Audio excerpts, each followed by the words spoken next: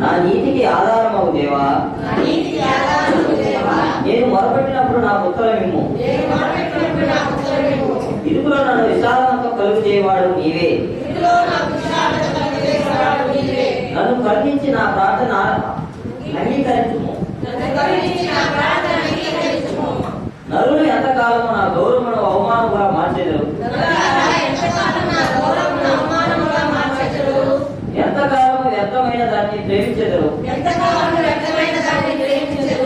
ఎంతకాలం అబద్ధమైన వాటిని వెతికెదరు.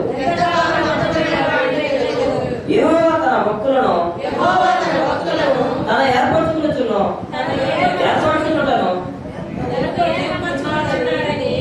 తెలుసుకోండి. నేను యెహోవాకు మొరపెట్టగా ఆయన ఆలకించెను. భయము నుండి పాపము చేయకుడి. మీరు పడకల మీద ఉండగా మీ హృదయంలో ధ్యానం చేసుకుని ఊరుకుంటుడి. నీతియుక్తమైన బలులు అర్పించు. యెహోవాని నమ్ముకోండి. మాకు మేలు చూపిన వాడిని పలుకు వారు అనేకులు. యెహోవాని సన్నిధి కాంతి మా మీద ప్రకాశింపజేయము. వారి ధ్యాన ద్రాక్షారసములో విస్తరించడానికి సంతోషము కంటే అధికమైన సంతోషము నీవు నా హృదయంలో పుట్టించిదివి. యెహోవా నెమ్మదితో పడుకుని నిద్రపోదును. నేను ఒంటరిగా ఉండును. నీవే నన్ను సురక్షితముగా నివసింపజేయదు.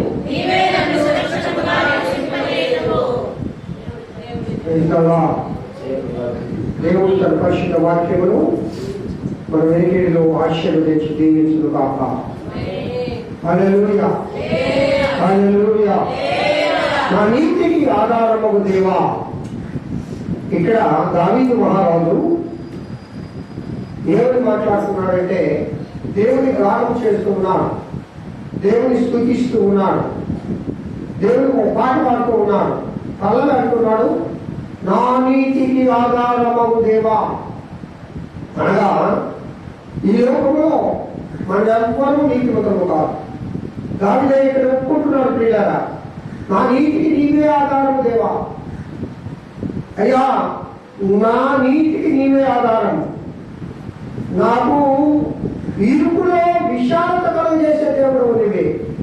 అనగా కష్టాలలో, శోధనలలో, వేదనలలో, బాధలలో, ప్రతి పరిస్థితులలో నన్ను నడిపించే దేవుడవు నీవే.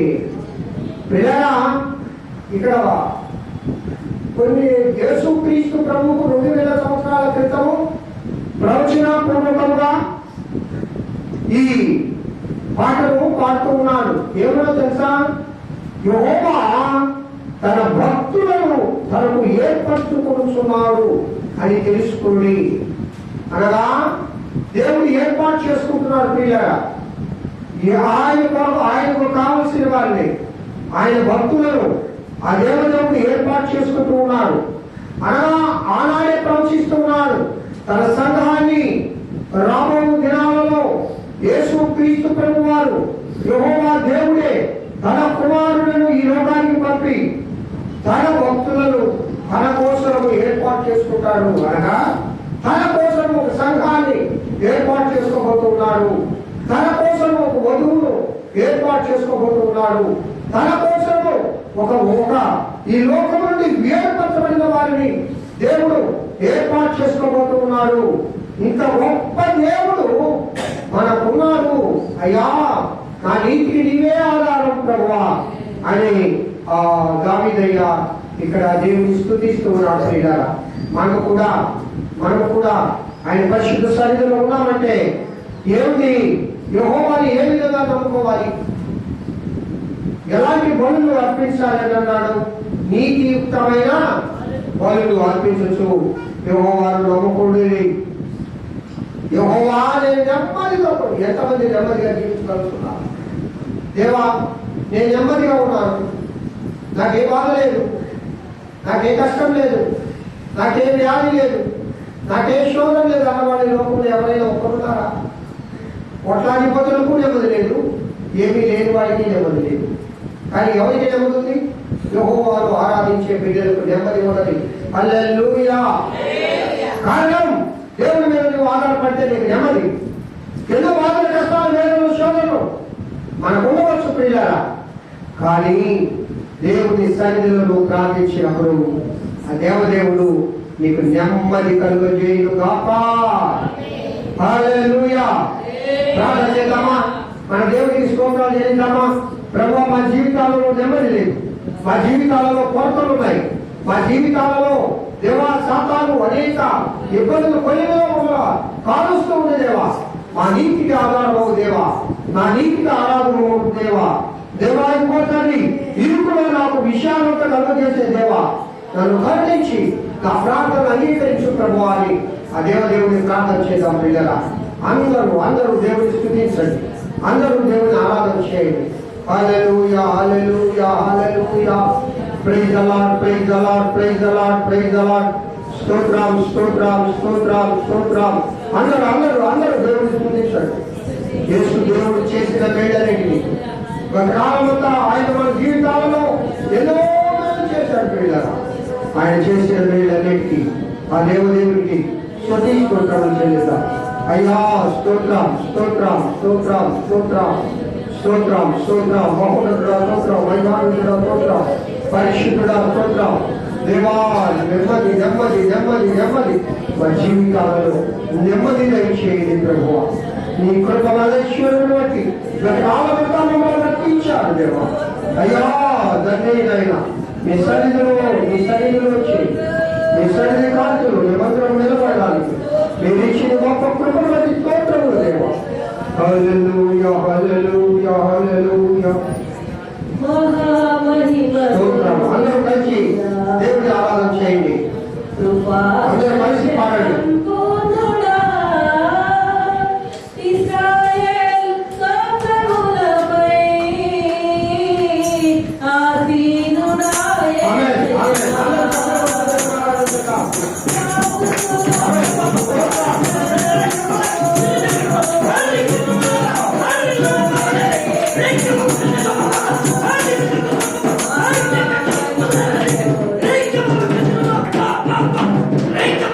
Hey!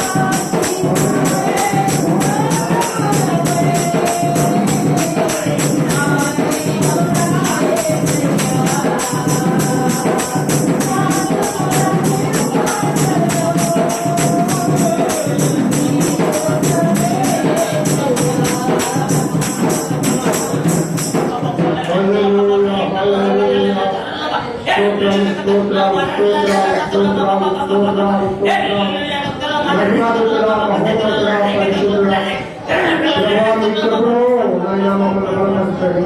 మీ పరిశుద్ధ ఆత్మశక్తి చేత మమ్మల్ని నింపి అయ్యా వచ్చిన ప్రతి బిడ్డను యేసు క్రీస్తు నామములో మీరు తృప్తిపరచమని కోరుతున్నాము. వీరితో మాట్లాడండి. ఎవరైనా స్వామితో మాట్లాడండి. దాసులను బలహీనులను నిజమైన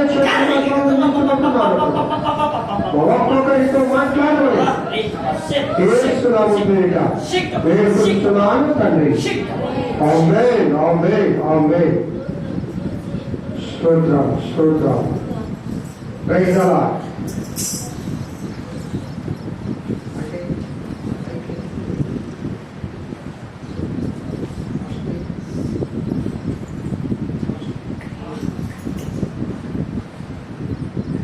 మంచిది.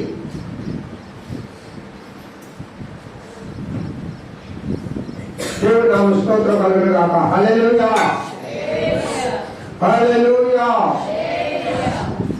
పిల్లరా మీ అందరికీ పునరుద్ధాన శుభాకాంక్షలు తెలియజేస్తున్నా. Praise the lord. అందరికీ అందరూ సంతోషంగా ఉన్న వారందరూ దేవుని స్తోత్రం చేయండి. హల్లెలూయా. నిజంగా సంతోషంగా ఉన్న వాళ్ళందరూ దేవునికి స్తోత్రం చేయండి. ఏ బాధలు లేవన్న వాళ్ళు దేవునికి స్తోత్రం చేయండి. అవును, బాధ లేకుండా అంటారా? దేవుని సన్నిధిలోకి వచ్చినప్పుడు మాకు ఏ బాధలు ఉండకూడదు. హల్లెలూయా. ప్రభు సన్నిధిలో ఏముంది? సంతోషం ఉంది. దేవుని సన్నిధిలో సమాధానం ఉంది. దేవుని సన్నిధిలో ఆనందం ఉంది. దేవుని సన్నిధిలో ఆయన కృప మనకు దొరుకుతుంది. కాబట్టి ఇక్కడ కూడా మన బాధలు ఉన్నాయి అనుకోకూడదు. ఇక్కడ కూడా మేము శోధనలో ఉన్నాం అనుకోకూడదు. ఇక్కడ కూడా మేము వ్యాధితో ఉన్నాం అనుకోకూడదు. ఇక్కడ కూడా మేము లోటులో ఉన్నాం అనుకోకూడదు. కారణం ఏంటనగా మన దేవుడు సమృద్ధిని, స్వస్థతను, ఆరోగ్యాన్ని, ఆనందాన్ని, ఆశీర్వాదాన్ని అనుగ్రహించే దేవుడు. హల్లెలూయా హల్లెలూయా. ఆనందాన్ని, సంతోషాన్ని, ఆశీర్వాదాన్ని అనుగ్రహించే దేవుడు మన దేవుడు. నమ్ముతున్నారా? నమ్మిన వాళ్ళందరూ దేవుడి స్తోత్రం తెలియజేయండి. హల్లెలూయా హల్లెలూయా. మనిషిని ప్రియరా దేవుడి వాక్యాన్ని చదువుకుందాం. అందరూ అలర్ట్గా ఉండండి. బైబిల్ అందరూ బైబిల్ తీయండి. ఈ దినము దేవుడి వాక్యాన్ని మనం ధ్యానం చేసుకుందాం. సంకీర్తన 5వ అధ్యాయము 7వ వచనాన్ని చదువుకుందాం. సంకీర్తన 5వ అధ్యాయము. నేనైతే నీ కృపాతిశయమును బట్టి నీ మందిరంలో ప్రవేశించెదను. నీ ఎడల భయభక్తులు కలిగి నీ పరిశుద్ధాలయమునకు దిక్కు చూచి నమస్కరించెదను. ఆమేన్ ఆమేన్. నేను ఈ మాటలు చెప్తాను, మీరందరూ పలకండి. నేనైతే నీ కృపాతిశయమును బట్టి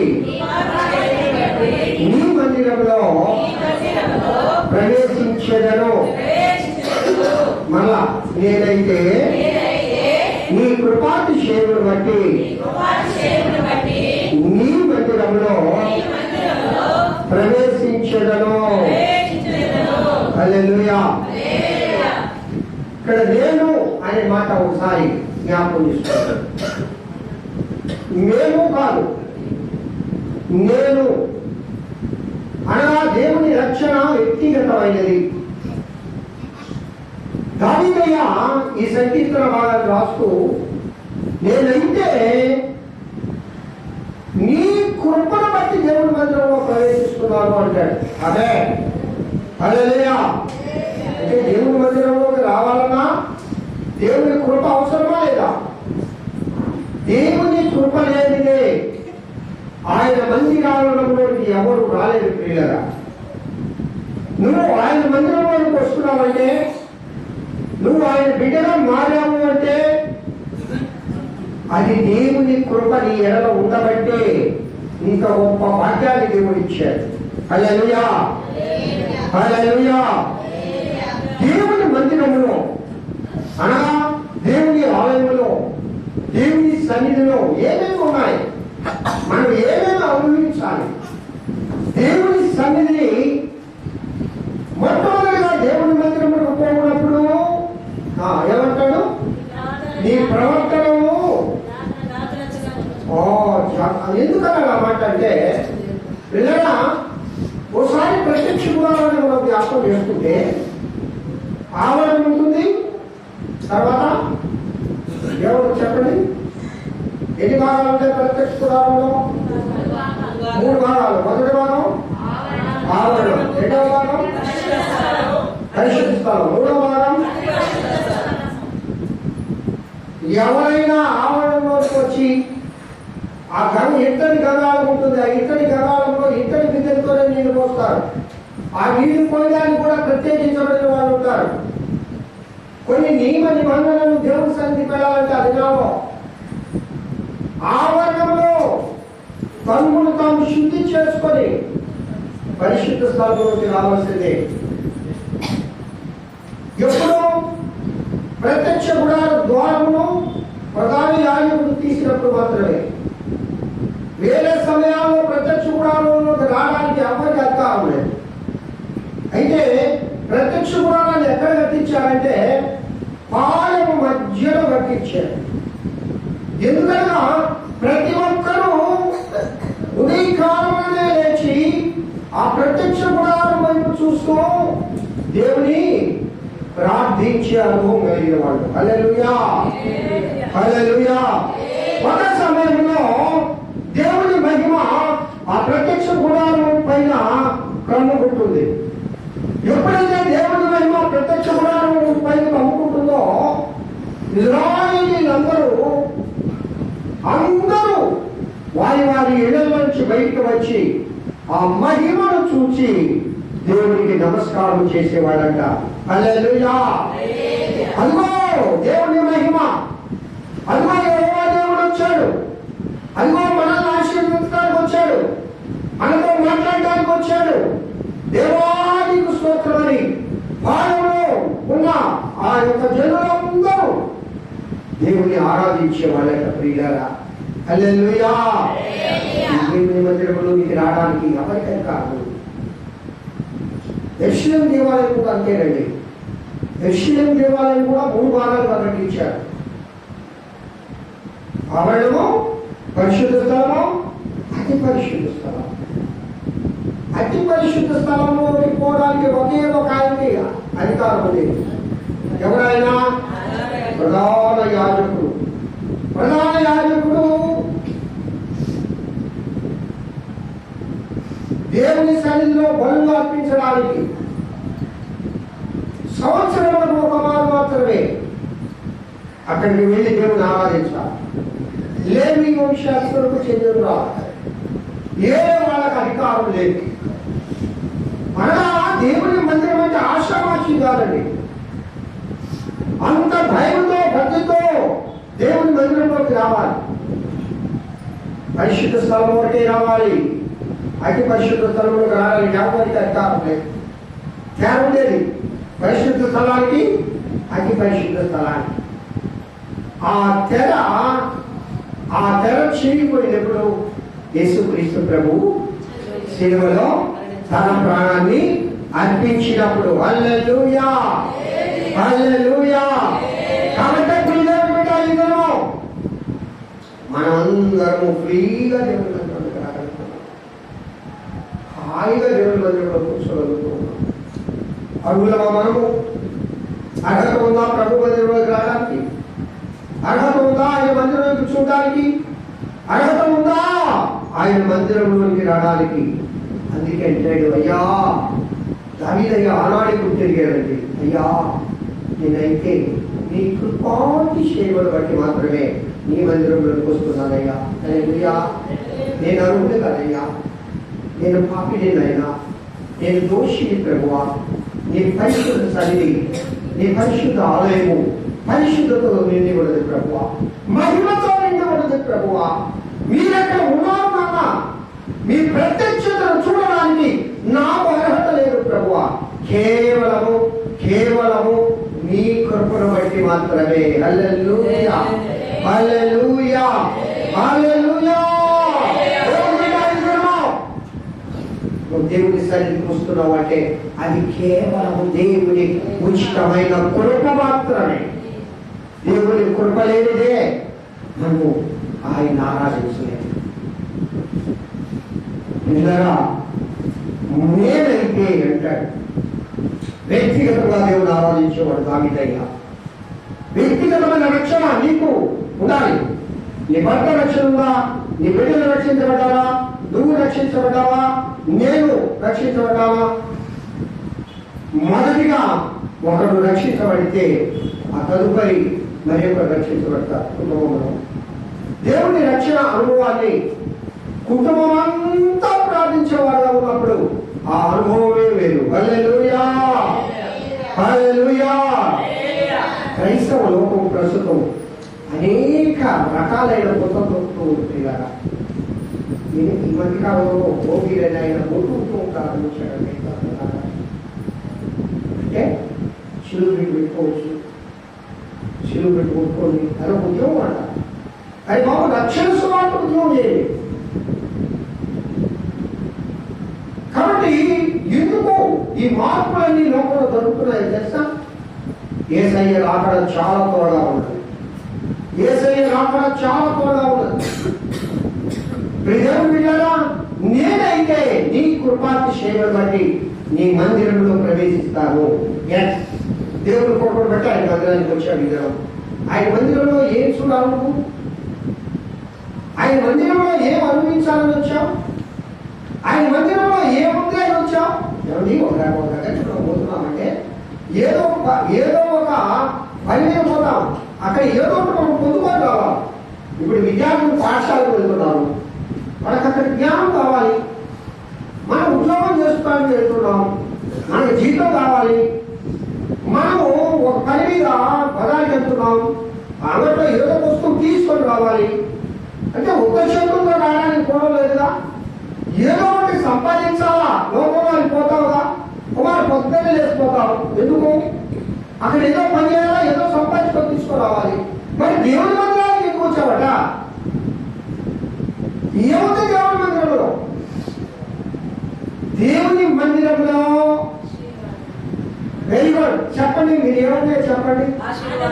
ఆశీర్వాదం ఉంది, సమాధానం ఉంది, సంతోషం ఉంది, దీవెన ఉంది.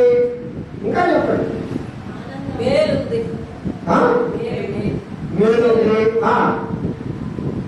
ఇంకా ఇది సరే. ఆశీర్వాదం ఉంది, దీవెన ఉంది, సమాధానం ఉంది, సంతోషం ఉంది. ఇంకా రక్షణ పొందితేనే ఆలయంలోకి వచ్చేది. దేవుని ముఖ కాంతిని కూడా చూడవచ్చు కదా. దేవుని మహిమ మంచిది. ఇది ఒక్కటన్నా ఇంటికి తీసుకుపోతున్నావా? అమ్మ బాగా అయినండి. మనకి ఇల్లు ఉన్నాయి కదా ఇక్కడ. ఏముంది అమ్మా? ఆశీర్వాదం పొందగలుగుతున్నావా? సమాధానం పొందగలుగుతున్నావా? సంతోషంగా ఉండగలుగుతున్నావా?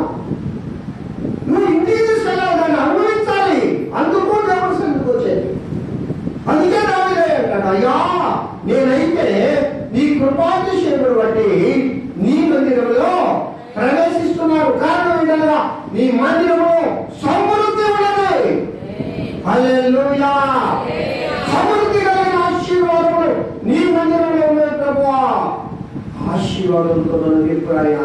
నా హృదయంలో సమాధానం లేదు ప్రభువా, నా హృదయంలో సమాధానం నింపు.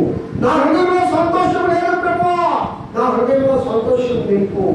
అయ్యా ఇవ్వండి, అనేక రకాలైన వ్యాధులతో ఉన్నాడు దేవా, నన్ను స్వస్థపరచు.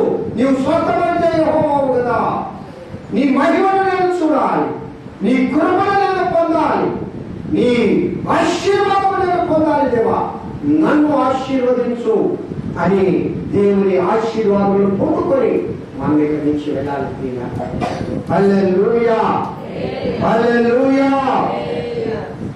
చూడండి, సంకీర్తన 55 అధ్యాయం 16 వచనములు అంటాడు, అయితే నేను దేవునికి మొరపెట్టుకుందును, ఆమేన్. ఏమా ఏమవుతున్నాడు? ఎవరు రక్షిస్తారట? అందరూ వినాలా? నేను చెప్పే మాటలు అందరూ వినండి. అయితే నేను దేవునికి మొరపెట్టుకున్నాను, యెహోవా నన్ను రక్షించును. నమ్మకంగా ప్రేమిడ దేవుని సన్నిధికి వస్తున్నాను, దేవుని ఆలయంలో ఉన్నాం మనమందరం. నమ్మకంగా ప్రభువా నా దేవుడు నన్ను రక్షిస్తాడు, నా దేవుడు నా కొరత తీరుస్తాడు, నా దేవుడు నన్ను ఆశీర్వదిస్తాడు. ఎందుకనగా నా దేవుడు నమ్మకమైన వాడు. హల్లెలూయా. ఆయన మాట ఇచ్చి తెప్పేవాడు కాదు, ఆయన ఆశీర్వాదంతో నింపుతానన్నాడు. కాబట్టి నేను ఆయన రక్షణను రుచి చూస్తాను, నేను మొరపెడతాను నా దేవుడికి అన్నాడు. ప్రియులారా, ఒకే ఒక ఆయన బైబిల్ గ్రంథంలో అంటాడు, నేను నా ఇంటి వారును యెహోవాను. అమ్మ ఒకసారి వచ్చిన చదువు యెహోషువ గ్రంథం 24:15 వచనంలో ఆ పై భాగం చదువు. అవసరం అంత చదవండి. యెహోషువ గ్రంథము 24:15 వచనం.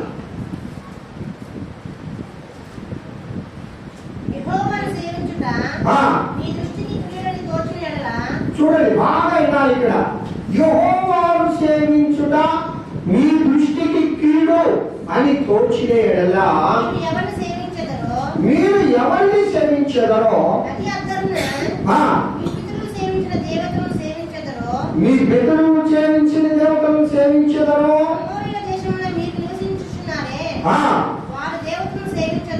వారి దేవతలను సేవించదరో కోరుకొనుడి. మీరు ఎవరిని సేవింపకోరినను హల్లెలూయా. యెహోషువ ఎంత గొప్ప వాగ్దానం చేశాడు. దేవుని సేవించాలి అంటే, దేవుని ఆరాధించాలంటే ఎక్కడికి రావాలా? ఎక్కడికి రావాలా? దేవుని మందిరంలోకి రావాలా, దేవుని సన్నిధికి రావాలా. దేవుని మందిరంలోకి రాకుండా దేవుని ఆరాధించలేదు. దేవుని మందిర ఆవరణంలో ఉండే సమృద్ధి వేరు ప్రియులారా, దేవుని మందిరంలో ఉండే ఆశీర్వాదం వేరు. ఆయన అంటున్నాడు, మీరు అమోనీయుల దేవతలను పూజిస్తారో, లేకపోతే మీ పితరులు పూజించిన దేవతలను పూజిస్తారో, లేకపోతే మీరు ఏ ఇష్టమైన దేవతలను పూజిస్తారో నాకు సంబంధం లేదు. నేనైతే నేను ఆయన ఏమంటున్నాడు, నా ఇంటి వారల్లా. ఏమంటున్నాడు? నేను నా ఇంటి వారు. హల్లెలూయా. ఇంటిలో ఉన్న వారందరూ మేము దేవుని స్తుతిస్తామంటున్నాడు. అవునండి, దేవుని ఆరాధించాలంటే గృహంలో ఉన్న వారందరూ దేవుని ఆరాధించాలి, గృహంలో ఉన్న వారందరూ దేవుని స్తుతించాలి. హల్లెలూయా, హల్లెలూయా. దేవుని ఆరాధించడంలో ఒకసారిట ఇద్దరు భార్య భర్తలు ఉన్నారు. వాళ్ళల్లో భార్య మంచి భక్తి పడాలు, భర్త అనిలు రక్షణ మొదల. ఈ భార్య దేవుని ఆలయానికి వస్తూ పోతూ దేవుని ఆరాధన చేస్తూ ఇంటికి వెళ్ళడం అనేది ఆయన ఇష్టం లేదు కనుక ప్రతిరోజు దేవుని ఆలయానికి వచ్చిన రోజల్లా ఆమెను తిట్టేవాడు, బాధించేవాడు, కొట్టేవాడట. సరే, ఈమె దైవజనుడితో చెప్తా ఉంది, అయ్యా నా భర్త నన్ను కొడతా ఉన్నారు, నన్ను దేవుని ఆలయానికి రానివ్వడం లేదు, నువ్వేం చేస్తున్నావమ్మా? నేనేం చేస్తానయ్యా, ఆయన కొడతా ఉంటే నేను చేస్తా ఉన్నాను అని చెప్పిందంట. ఏం చెప్పిందమ్మా? ఆయన కొడతా ఉంటే, ఆయన కొడతా ఉన్నాడు కాబట్టి నేను తింటా ఉన్నాను, ఏం చేసేదానంట. లేదమ్మా, నువ్వు ఆయన గురించి ప్రార్థన చేయి, నేను నీ భర్త గురించి ప్రార్థన చేస్తాను. ఇలాగా ఒక మారు మనసు కలిగిన భార్య మారు మనసు లేని భర్తను రక్షించాలి అంటే దానికి ఒకటే ఒక మార్గం ఏంటో తెలుసా? ఆ మారు మనసు లేని భర్తను ఎక్కువగా ప్రేమించాలి. హల్లెలూయా. నువ్వు తిట్టకూడదు, నువ్వు అసహించకూడదు. తిట్టకుండా ఎట్లా ఉండేవా అంటారు, అట్టే ఉండాలా. ఎట్లా ఉండాలా? అట్టే ఉండాలా, తిట్టకూడదు అని నా వాయిలో ఎంత మార్పు వచ్చిందా ఏంటని ఆశ్చర్యపోవాలి. ఎందుకో నేను దేవుడి సన్నిధికి వెళ్తున్నానయ్యా, నేను దేవుని ఆరాధన చేస్తున్నానయ్యా, కాబట్టి నేను నీ మీద కోప్పడను. దేవుడు నిన్ను మారుస్తాడు. నువ్వు తిడతావా కొడతావా సరే, కానీ ప్రభు అప్పగిస్తాడు. నా ప్రభు నిన్ను మార్చే దినం వస్తుంది. మంచి మాటలతో శత్రువును కూడా మిత్రువుగా చేసుకోవచ్చు. అంతేగాని అధికారాన్ని ఉపయోగిస్తే, లేకపోతే అహాన్ని ఉపయోగిస్తే, లేకపోతే దేవుని కృపను కాకుండా నీ సొంత జ్ఞానాన్ని ఉపయోగిస్తే ఎవరు ఎప్పుడు మారు మనసు పొందుతారా? ఇంకా నేను కోపం ఇక్కడ అంటున్నాడు ఆయన, నేను నా ఇంటి వారు. యోగు ఉండలేము, యోగు జీవితం మనం తెలుసుకోవాలి. యోగు జీవితంలో యోగు భార్య, కుమారులు, కుమార్తెలు అందరూ కలిసి బలులు అర్పించేవారు. హల్లెలూయా! అందరూ కలిసి ప్రియులారా, ఏ ఒక్కరే కాదు. కానీ ఆవిడ జీవితంలో పొంది ఏంటో చెప్పంటారా? మొదటి భార్యను చేసుకున్నాడు. ఎవరు? సౌలు కుమార్తెను. సౌలు కుమార్తెను ఎప్పుడైతే చేసుకున్నాడో దావీదు జీవితంలో ఆమెతో కలిసి దేవుని ఆరాధించే తరుణం దావీదు రాదు. ఎందుకనగా ఆమె గర్విస్తాడు. ఆయనకు గర్వం. ఏంటా గర్వం? నేను రాజకుమార్తెను, నేను రాజకుమార్తెను. ఇతనెవరు? ఒక గొర్రెలు కాపరి. ఏదో యుద్ధం చేశాడని మా నాన్న వాగ్దానం చేశాడు, నన్ను ఇచ్చేశాడు. కాబట్టి అతనితో నేనేంటి దేవుని ఆరాధించేది, అతని ఏంటి నేను లెక్క చేసేది. అందుకే పిల్లగా దావీదు మనసు తీసుకుని వచ్చేటప్పుడు సంతోషంగా డ్యాన్స్ వేస్తూ గంతులు వేస్తూ దేవుని ఆరాధిస్తుంటే పైకి ఏం చేస్తుందామా? ఏం చేస్తుంది? నవ్వుతుంది. ఎందుకో అసలు మనిషేనా? అసలు నువ్వు ఒక రాజువి, అసలు నువ్వేంటి డ్యాన్స్ చేయడం? కానీ ఆత్మచేత ఆనందిస్తూ ఆత్మలో దేవుని ఆరాధిస్తూ ఆయన అక్కడ నాట్యం చేస్తుంటే అక్కడ అది నవ్వుతుంది. కారణం పిల్లరా, మారు మనసు లేని భార్య, మారు మనసు కలిగిన భక్తుడు ఆయన. దావీదుని ఎంత భక్తుడండి! అయ్యా నీ కృపను బట్టి మాత్రమే నేను వస్తున్నా. అందుకే నేను చెప్పనా, ఆమె సంతానము రాజుగా కాలేదు. ఆమె సంతానంలో నుంచి రాజు రాలేదు. ఎవరి సంతానము? సౌలు కుమార్తె సంతానం నుంచి కుమారుడు రాజు కాలేదు. పెద్ద కుమారుడు రాజు కాలేదు. అసలు సహజంగా మీకు తెలుసా, రాజేంద్ర కుటుంబంలో ఎవరు రాజు కావాలంటే తండ్రి తర్వాత పెద్ద కుమారుడు రాజు కావాలి. కానీ ఎందుకు అర్హత కోల్పోయాడు? తల్లి దేవుని యొక్క భయభక్తులు కలిగినది కాదు కాబట్టి. హల్లెలూయా! అవునా? పిల్లల ఒకటి గమనిద్దాం. మనము దేవుని ఆరాధించే బిడ్డలు కాకపోతే, తల్లిదండ్రులు కాకపోతే, మనము ప్రార్థించాము మనలో లేకపోతే, మనము దేవుని సన్నిధికి వచ్చాము మనలో లేకపోతే, మన బిడ్డలు కూడా అదే అనుభవంలో ఉంటారు. నువ్వు ఎప్పుడైతే ప్రార్థించే తల్లిగా ఉంటావో, నువ్వు ఎప్పుడైతే దేవుని మందిరంలో ఆశ కలిగి ఉంటావో, నువ్వు ఎప్పుడైతే దేవుని సన్నిధి పరిగెత్తుతూ ఉంటావో, నీ బిడ్డలు కూడా నీ మార్గంలో నడుచుదురుగాక. హల్లెలూయా! అలాగునా యెహోషువ ఇశ్రాయేలీయులందరూ ఎదురు తిరిగినా కూడా మీరు ఎవరైనా పూజించండి, కానీ నేను నా ఇంటి వారును యెహోవాను సేవించెదము. హల్లెలూయా! సేవ, దేవుని ఆరాధన, దేవుని పిల్లల సంకీర్తన భాగము 51:1 దానిలో ఒక మంచి మాట అంటాడండి. దేవా నీ కృప చొప్పున నన్ను కరుణించు.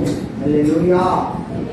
దేవుని దగ్గర ప్రార్థన చేసేటప్పుడు నిజముగా ఆత్మతో సత్యంతో దేవుని ఆరాధించాలయ్యా.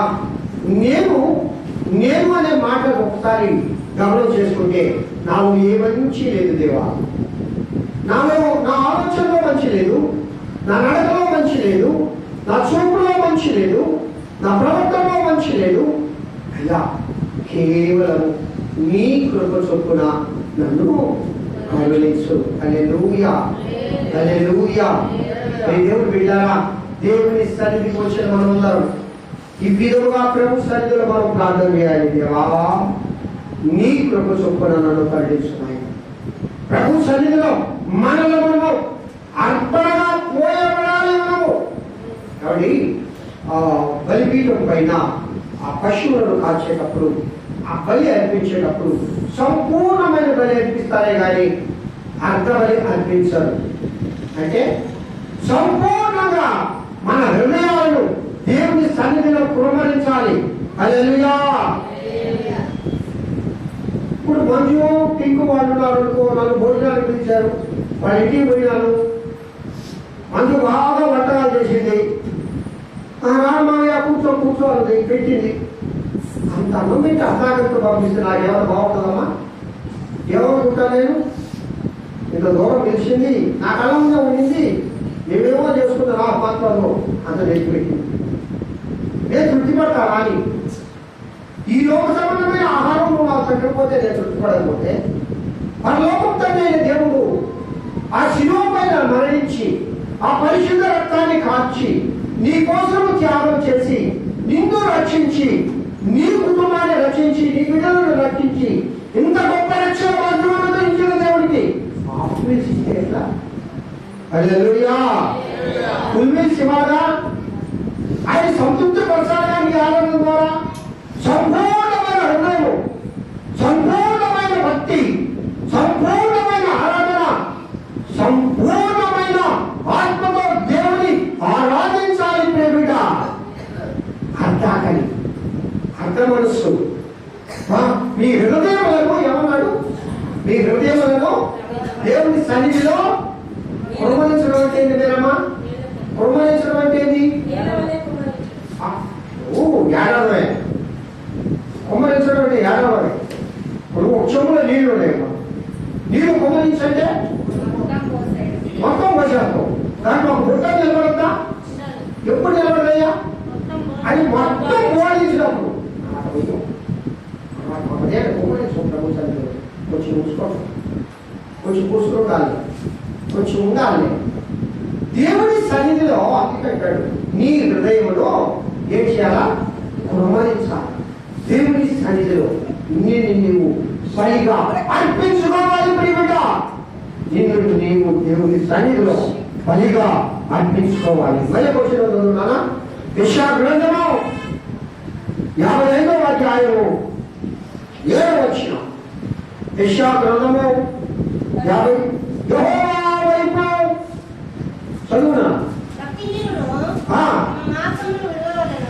భక్తిహీనులు తమ మార్గమును విడవలెను, దుష్టులు తమ తలంపులను మానవలెను. యెహోవా వైపు తిరిగిన యెడల ఆయన వారి యందు జాలిపడును.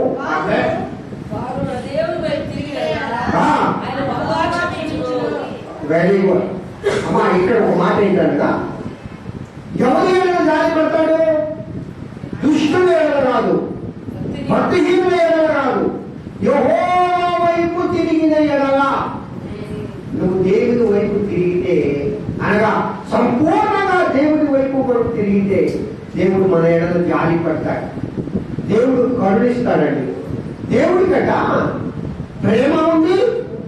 ప్రేమ పక్కన ఏముంటుందయా సన్ని? ప్రేమ పక్కన ఏముంటుందంటే ఓర్పు ఉంది. హల్లెలూయా, హల్లెలూయా. నువ్వు ప్రేమిస్తున్నావు నీ బిడ్డలను. ఎన్ని తప్పు చేసినా బిడ్డని దూషిస్తావా? కోపడతావు కానీ ఇంట్లో చెలగొడతావా? ఆ బయట ఉన్నాడు, వాడు ఎన్ని తప్పులు చేయాలి, ఏదైనా బట్టి పంపు అనుంది, నువ్వు రారా అనగా మీ అమ్మ అనరా. ఎందుకంటే నువ్వు చేసే ప్రతి పనికి ఆయన ఓర్పు ఓర్పు ఓర్పు ఉంది. ఎందుకు వచ్చింది ఆ ఓర్పు? నిన్ను ప్రేమిస్తుంది కాబట్టి. ప్రభువైన యేసుక్రీస్తు కూడా నిన్ను ప్రేమిస్తున్నాడు కాబట్టి నువ్వు చేసే ప్రతి కార్యానికైనా ఓర్పు వహిస్తూ ఉన్నాడు ప్రియబిడ్డ. హల్లెలూయా, హల్లెలూయా. నువ్వు చేసేది ప్రతి కార్యములో ఆయన తాళితోనూ ప్రేమతోనూ ఆయన తగ్గ రెక్కల పైన ఏ విధంగా మోసుకొని వచ్చునో నేను వారిని ఆ విధముగా తీసుకొని వచ్చాను అంటాడు ఇజ్రాయేల్ గురించి. మనం నేను చెప్పాను. కాబట్టి దేవుని బిడ్డలారా, నువ్వు దేవుని వైపు తిరుగు, దేవుడు నిన్ను కరుణిస్తాడు. హల్లెలూయా. దేవుని దగ్గర ఏం దొరుకుతుందంటే క్షమాపణ దొరుకుతుందట. మానవుడు క్షమించలేకపోవచ్చు, నీ సొంత వారు నిన్ను క్షమించలేకపోవచ్చు, నీ రక్షణను నిన్ను క్షమించలేకపోవచ్చు. కానీ ఎవరి దగ్గర క్షమాపణ దొరుకుతామా? ఎవరి దగ్గర దొరుకుతుంది?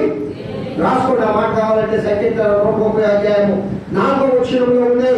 దేవుని యొక్క క్షమాపణ దొరుకును. ఈ లోకంలో అతను ఎట క్షమించేది నేనంట.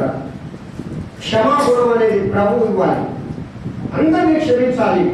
పరలోక ప్రార్థనలు ఏమున్నాయా? పరలోక ప్రార్థనలు ఏముంది?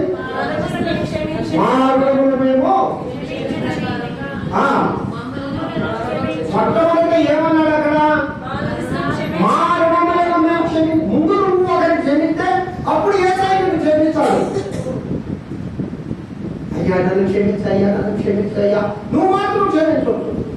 ఒక యజమానుడు మనకు చెప్పాడు యేసయ్య లూకాసు వార్తలో ఒకటి చెప్పాడండి. దీనికి ఒక ఉపమానం. ఒక అతనిట ఒక యజమానుడికి కొంత డబ్బు వచ్చిన్నాడట. ఏం చేసేటప్పుడు, అయ్యా నేను అప్పుగా తీసుకున్న డబ్బులు కట్టలేదు, అయ్యా నన్ను క్షమించు అంటే, సరే పో, నీ అప్పు ఇంకా నువ్వు తీర్చవలేదు, నేను క్షమిస్తున్నాను అని చెప్పాడట. సరే ఇతనికి ఇంకొకటి అప్పున్నాడు, కొన్ని దినాలు వెళ్ళి ఆ ఇంట్లో ఉండే సామాన్లన్నీ బయటేసి వాడిని తీసుకొచ్చి జైల్లో పడపించాడట. అప్పుడు ఆ యజమాని చేసింది ఈ సంగతి. ఏంటో బాబు అంటే, ఏంటి ఇక్కడ ఉన్నాము అంటే, అయ్యా వాళ్ళ నాయకుడు నేను అప్పున్నానయ్యా, ఆయన నన్ను ఈ విధంగా శిక్షించాడంటే. అవునా, పిలువు వాడేంటని, నువ్వు నాకు ఎంత అప్పున్నావు, నువ్వు నాకు ఎంత ఇవ్వాలి, నేను నీకు క్షమించలేదా, నేను నీకు క్షమించలేదా, ఏ కొద్ది మొత్తం ఇవ్వాలి, అతను నువ్వు శిక్షిస్తావా? రెండంతల శిక్ష నీకు కలుగుగా, కానీ రెండంతలుగా అతను శిక్షిస్తాడు. ప్రియులారా, హల్లెలూయా, హల్లెలూయా. మేము మా రుణగ్రస్తులను క్షమించిన ప్రకారము మమ్మల్ని అదే పాపములే కానీ రుణములే కానీ, రుణం అంటే పాపమే. దేవుని దగ్గర నీకు క్షమాపణ కావాలంటే నువ్వేం చేయాలి? మొదటిగా నువ్వేం చేయాలా? ఇతరులను క్షమించడం నేర్చుకోవాలి. ఇక్కడ అంటాడు, ఇక్కడ ఏమంటాడు తెలుసా? దేవుని యొక్క ఏం దొరుకుతుంది? క్షమాపణ దొరుకును. హల్లెలూయా. దేవుని యొక్క క్షమాపణ దొరుకును. ఆ క్షమాపణ చాలా మంది మనం పొందలేకపోతున్నాం కదా. కారణం ఏంటనగా మనము ఇతరులను క్షమించే గుణము మనలో ఉండడం లేదు. క్రైస్తవులైన మనం యేసుక్రీస్తు ప్రభుని ప్రపంచమంతా ఎందుకు ఈ దినం ఆరాధిస్తుందంటే ఆయనలో ఉన్న ప్రేమ. హల్లెలూయా. అందరూ చెప్పండి హల్లెలూయా, హల్లెలూయా. ఆయనలో ఉన్న ప్రేమ అది శత్రువులను ప్రేమించే ప్రేమ, తను పొడిచే వారిని ప్రేమించే ప్రేమ, తను దూషించే వారిని ప్రేమించే ప్రేమ, తన ప్రాణములు తీసే వారిని ప్రేమించే ప్రేమ. అయ్యా వీరేమి చేస్తున్నారు, వీరెందుకు కనుక వీరిని క్షమించుకో అన్న గొప్ప ప్రేమ. ఆ ప్రేమను బట్టే ఈ దినము ప్రపంచంలో యేసుక్రీస్తు ప్రభువునికి అందరూ ఆరాధికులైనారు, అందరూ ప్రార్థిస్తూ ఉన్నారు ఆ దేవుని. మరి అలాంటి ప్రేమను మనం కలిగి ఉండాలా వద్దా? హల్లెలూయా. పిల్లరా, నేనైతే నీ కృపాక్షేముడు బట్టి నీ మందిరంలో నేను ప్రవేశిస్తాను ప్రభువా. దేవుని మందిరంలో ఉన్నవన్నీ మనం పొందుకోవాలి. దేవుని మందిరము అంటే మనకి ఒక ఆసక్తి ఉండాలి. దేవుని మందిరం వెళ్ళా ఏముండాలమ్మా? ఆసక్తి. అనుదినము దేవుని సన్నిధిలో అయితే ప్రభువులో మనకు కావాలి. అనుదినము దేవుని ఆరాధించారు దేవుళ్ళు మనకు కావాలి. ప్రతిదినము దేవుని సన్నిధిలో మనము ఆరాధించాలి. అంటే పరిశుద్ధాలయంలో ఆదివారం వస్తాం. మిగతా 7 దినాలు నీ ఇష్ట ప్రకారం ఇక చేసే జ్ఞాపకం చేసుకోకుండా నా పరిభాషలో పోస్తారంటే కుదరదు. నువ్వు 1 గంట సేపన్నా నువ్వు ప్రభు సన్నిధిలో ప్రార్థన చేయాలి. దావీదు రాజు కదా, రాజుకుంటే పనులు ఎన్ని ఉంటాయి? అంటే నీకన్ని పనులు ఉంటాయి. రాజుకు ఎన్ని పనులు ఉంటాయి? రాజ్యాన్ని రాజుకు ఎన్ని పనులు ఉంటాయమ్మా? తీర్పుడు కానీ ఎన్నిసార్లు ప్రార్థన చేసేవాడు? 7 times. దానియేలు ప్రధానమంత్రి, ఆయన ఎన్నిసార్లు ప్రార్థించేవాడు? 3 సార్లు. మరి మనకు తీర్పుడు ఆ ఇంటి దగ్గర ఒక సమయాన్ని ప్రభువుకు మనం సపరేట్ చేసుకోవాలి. ఆ సమయం దేవుడికి, ఈ సమయం దేవుడికి అంతే ప్రార్థించాలి. కాబట్టి ప్రియులారా, ఆయన మందిరంలో సకల సకల ఆశీర్వాదాలు ఉంటాయి. యోనా అంటాడు, ఒకసారి చేప కడుపులో ఉండి బాధపడుతూ కూడా 2వ అధ్యాయం చదవడమా? యోనా 2వ అధ్యాయము 4వ వచనంలో, నీ పరిశుద్ధ ఆలయం కట్టు, నేను చూచెదను అనుకుంటుని అంటాడు. హల్లెలూయా. చదవమా? ఈ సన్నిధిలో నుండి ఆ, నేను వెలివేయబడినను ఆ, ఈ పరిశుద్ధ ఆలయమునకు మరలా చూచెదను అనుకుంటుని. ఆమేన్. బాగా వినాలి ఈ మాట. యోనా గారు చూడండి, పరిశుద్ధాత్మతో ఏం మాట్లాడుతూ ఉన్నాడు. అయ్యా, నీ సన్నిధిలో నుండి నేను వెలివేయబడ్డాను ఆయన. ఎందుకనగా నువ్వు చెప్పిన పని నేను చేయలేదు. నన్ను ఎక్కడికి రమ్మన్నావో అక్కడికి వెళ్ళి దేవుని సువార్త నేను చెప్పలేదు. నా వ్యక్తిగతమైన దేశము, నా వ్యక్తిగతమైన ఆలోచన నేను అనుసరించాను ప్రభువా. అయితే నీవు నన్ను ద్వేషించినా కూడా నీ పరిశుద్ధ ఆలయం కట్టు నేను ఏమనుకుంటున్నాను? చూడాలి అనుకుంటున్నాను ప్రభు అన్నాడు. హల్లెలూయా. అదే ఆ మంచి మనసును బట్టే యోనాను దేవుడు క్షమించి యోనాను దేవుడు ఆశీర్వదించాడు. పిల్లరా, దేవుడి పరిశుద్ధ ఆలయం కట్టు చూడాలి అనుకుంటున్నాను ప్రభువా. నువ్వు నన్ను ద్వేషించినా పర్వాలేదు, నేను చేసిన కార్యానికి నాకు తగింది, కానీ నేను నీ వైపు చూడాలి దేవా. నీ పరిశుద్ధ ఆలయం వైపు నేను చూడాలి, నేను ఆరాధించాలి ప్రభు అని యోనా గారు 3 దినాలు శాపనార్థులు ఉపవాస ప్రార్థన చేసేదా లేదా? మనం ఈ నూతన సంవత్సరంలో నెలకొకసారన్నా దేవుని చర్చిలో ఉపవాస ప్రార్థన పెట్టుకోవాలా ఉందా? అసలు ఆలోచనే రావట్లేదే. ఆదివారం వచ్చేదే కష్టమైపోతావు. ఉపవాస ప్రార్థనకి అడుగుతాం. కంపల్సరిగా మనము ప్రతి నెల ఉపవాస కూడిక జరిగించుకోవాలి. హల్లెలూయా, హల్లెలూయా. ప్రతి నెల ఉపవాస కూడిక జరిగించుకోవాలి. ఇంకా ఈ వచ్చే వారం లాస్ట్ ఆదివారం వస్తుంది. ఇది 5 ఆదివారాలు వచ్చింది. కాబట్టి వచ్చే వారంలో ఎప్పుడు దేవుని సన్నిధిలో ఉపవాస కూడికలో కూర్చుంటాం మనం? చెప్పండి. శనివారం కూర్చున్నామా? Very good. శనివారం దేవుని సన్నిధిలో ఉపవాస కూడికలో మనం కనబడా. హల్లెలూయా. అవునండి.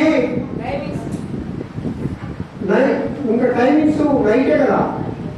పొగులు కూడుకోవడానికి వీలుంటుందా? ఆలోచన చేయండి. పోయేటప్పుడు నేను చెప్తాను. పొగులు కూడుకోవడానికి వీలుంది కదా ఉద్యోగాలు పోయే వాళ్ళకి, నైటే కదా. కాబట్టి ఉదయం సాయంకాలం 7 గంటల నుండి ఉపవాస కూడికలో పాల్గొని మనం ప్రార్థన చేసుకొని అప్పుడు మనం వెళ్దాం. అదేమో జూమ్ యాప్ ఉంది కదా, జూమ్ యాప్ అయినా ఇక్కడే ఉపవాస కూడికలోనే జూమ్ యాప్ జరిపించుకున్నాం, ఇబ్బంది ఏం లేదు. కాబట్టి ప్రతి 4వ ఆదివారంలో మనం దేవుడి సన్నిధిలో కూడుకోవాలి, ఉపస్థించి దేవుడు ప్రార్థించాలి. కాబట్టి సంకీర్తన 18:6 లాస్ట్గా ముగించేస్తాను. 18:6. నా శ్రమలో నేను యెహోవాకు మొరపెట్టింది. ఆ, నా దేవునికి ప్రార్థన చేసింది. నా? తన ఆలయంలో ఆలకించి నా ప్రార్థన అంగీకరించెను. ఆయన ఆలయంలో ఆలకించి నా నా ప్రార్థన ప్రార్థన అంగీకరించెను. ఎప్పుడు ఎప్పుడు దేవుడు మాట్లాడారంట? నా శ్రమలో, నా బాధలలో, నా శోధనలలో, నా వ్యాధులలో, నా కష్టాలలో నేను ప్రార్థించగా ఆయన ఆలయంలో ఆయన అంగీకరించి నా ప్రార్థనకు జవాబిచ్చాడు. అవును పిల్లగా, ఆయన ప్రార్థనకు జవాబిచ్చే దేవుడు. ఆయన ఎల్ల వేళలా నిన్ను నన్ను కాచి కాపాడే దేవుడు. చివరిగా ఒక వచనం చదువుకుందా. నెహెమ్యా గ్రంథము 13వ అధ్యాయం 22 వచ్చిన. నెహెమ్యా 13:22 చదువు. అప్పుడు తమ్ముడు తాము అప్పుడు తమ్ముడు తాము పవిత్రపరచుకోవాలని విశ్రాంతి దినమును ఆచరించుటకు ఆ. వచ్చిన గుమ్మములను కాచుకొనవలెనని విశ్రాంతి దినమును ఆచరించుటకు గుమ్మముల యొక్క కాచుకున్నవాలని లేవీయులకు నేను ఆజ్ఞాపించితిని. ఆ. నా దేవా, ఆ. ఇందును గూర్చియు ఆ. నన్ను జ్ఞాపకం ఉంచుకొనుమని ఆ. కృపాతిశయము చొప్పున నన్ను రక్షించుము. నీ కృపాతిశయముతో నన్ను రక్షించము, నన్ను రక్షించము. కాబట్టి ప్రియులారా, దేవుడు కృప కలిగిన దేవుడు. ఆయన కృపాతిశయముతో నిన్ను రక్షిస్తాడు. దేవుని మందిరంలో ఆసక్తి కలిగి దేవుని ప్రార్థన చేయండి.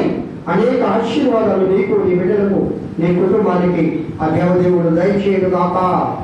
హల్లెలూయా. ఆ ప్రభువును ప్రార్థించడం మానకూడదు. దేవుని సన్నిధిలో అనుదినము మనకు ఒక చూడాలి జరుగుతుంది.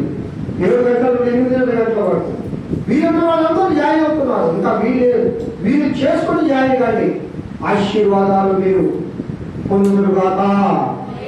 హల్లెలూయా. దేవుని మందిర ఆవరణములను చూడగలరని ప్రభువా నేనెంతో ఆశ కలిగి ఉన్నానంటాడు. దేవుని ఎడల ఆశ కలిగి ఉండాలి. దేవుని ఎడల కాంక్ష కలిగి ఉండాలి. దేవుని ఎడల ఆతృత కలిగి ఉండాలి. పిల్లరా, ఆ విధముగా అలాంటి కాంక్ష కలిగిన ఆత్మను, ఆతృత కలిగిన ఆత్మను దేవుడు మనందరికీ దయచేయుగాక. హల్లెలూయా. దేవుడు ఈ వాక్యమును ఆశీర్వదించి దీవించుగాక. స్తోత్రం. దేవుడు మిమ్మల్ని దీవించుగాక. ఇంతవరకు దేవుడి వాక్యమును మీద మిమ్మల్ని అందరినీ దేవుడు ఆశీర్వదించుగాక. ప్రార్థన చేసుకున్నాం పిల్లరా. ఎవరైనా ఆత్మలో ప్రేరణ కలిగిన వారు ప్రార్థన చేయండి. సెలవు తీసుకుందాం. మహోన్నతుడ, పరిశుద్ధుడ, స్తోత్రం. ఇంతవరకు మీ సన్నిధిలో మీరు ఉండడానికి మీరు కృపించారు. స్తోత్రం అయ్యా. మీ దేవుని ఆశీర్వాదం ఇచ్చారు. ప్రత్యేకించి మాతో మీరు మాట్లాడారు. మీ యొక్క కృపాతిశయం చొప్పున మీ మందిరంలో నేను ప్రవేశించాను. అవును తండ్రి, కేవలం నీ కృప ద్వారా మాత్రమే మేము ప్రవేశించగలుగుతూ ఉన్నాం. దేవా, ఇద్దరు దేవుని ఆలయంలోకి వచ్చి మిమ్మల్ని ఆరాధించిన వీళ్ళందరినీ మీరు దీవించండి. వారి కుటుంబాలను దీవించండి అయ్యా. ఆయా పనులు ఒకవేళ రాలేక అనేక మంది బిడ్డలు ఉన్నారు. ఆ బిడ్డలందరూ కూడా మరొకసారి తరుణంలో ప్రభు సన్నిధికి వచ్చే దయచేయండి. అనారోగ్యంగా ఉంటున్న బిడ్డలకు యేసుక్రీస్తు నామములో ఆరోగ్యం దయచేయండి. మా సంఘాన్నంతా మీ చేతులు సమర్పించుకుంటున్నారు. మీ కాపుదలలో ఉంచండి. కరోనా కానీ వేరేటి కానీ దేవాదివతండి తీవ్రమైన జ్వరములు కానీ మరి ఏవి కూడా ఏ కుటుంబం దగ్గర కూడా ఏ తెగులు నీ గుడారము దాని చేరలు అనే వాగ్దానాన్ని నా సంఘ బిడ్డల పట్ల మీరు నెరవేర్చమని వచ్చిన బిడ్డలందరినీ దీవించి ఆశీర్వదించమని యేసు నామమున పేరిట వేడుకొంచున్నాను తండ్రి. ఆమేన్. ఆమేన్. పరలోకమందున్న మా తండ్రి, నీ నామము పరిశుద్ధపరచబడును గాక. నీ రాజ్యం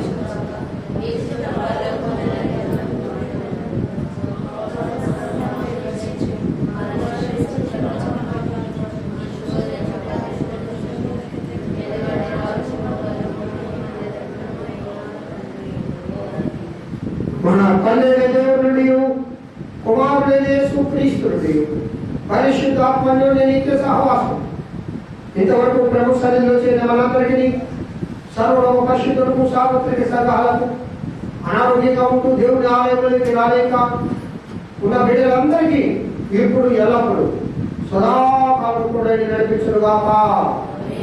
ఆమేన్. ఆశీర్వాదం వర్షింపజేయు ఈశా ఆశతో నన్నియుగా నీ సత్యవాగ్దానము నీ మహిమ ప్రమాణించుము దేవా ప్రేమ వర్షం ప్రమాణించుము దేవా. ఆమేన్. Praise the Lord. ప్రభువు వారందరూ కూడా ఆయన కృపాక్షరములే మీ వెంట వచ్చునుగాక. ఆ దేవదేవుని సన్నిధి విడుగాక ఎడబాయక మనందరినీ ఆ ప్రేమపూర్వకమైన కాపరిగా ఉంది మనల్ని ఆశీర్వదించి దీవించునుగాక. Praise the Lord. హల్లెలూయా. అందరికీ వందనాలమ్మా. యేసుక్రీస్తు నామం పేరిట మీ అందరికీ వందనాలు. Praise the Lord. Amen. Praise the lord.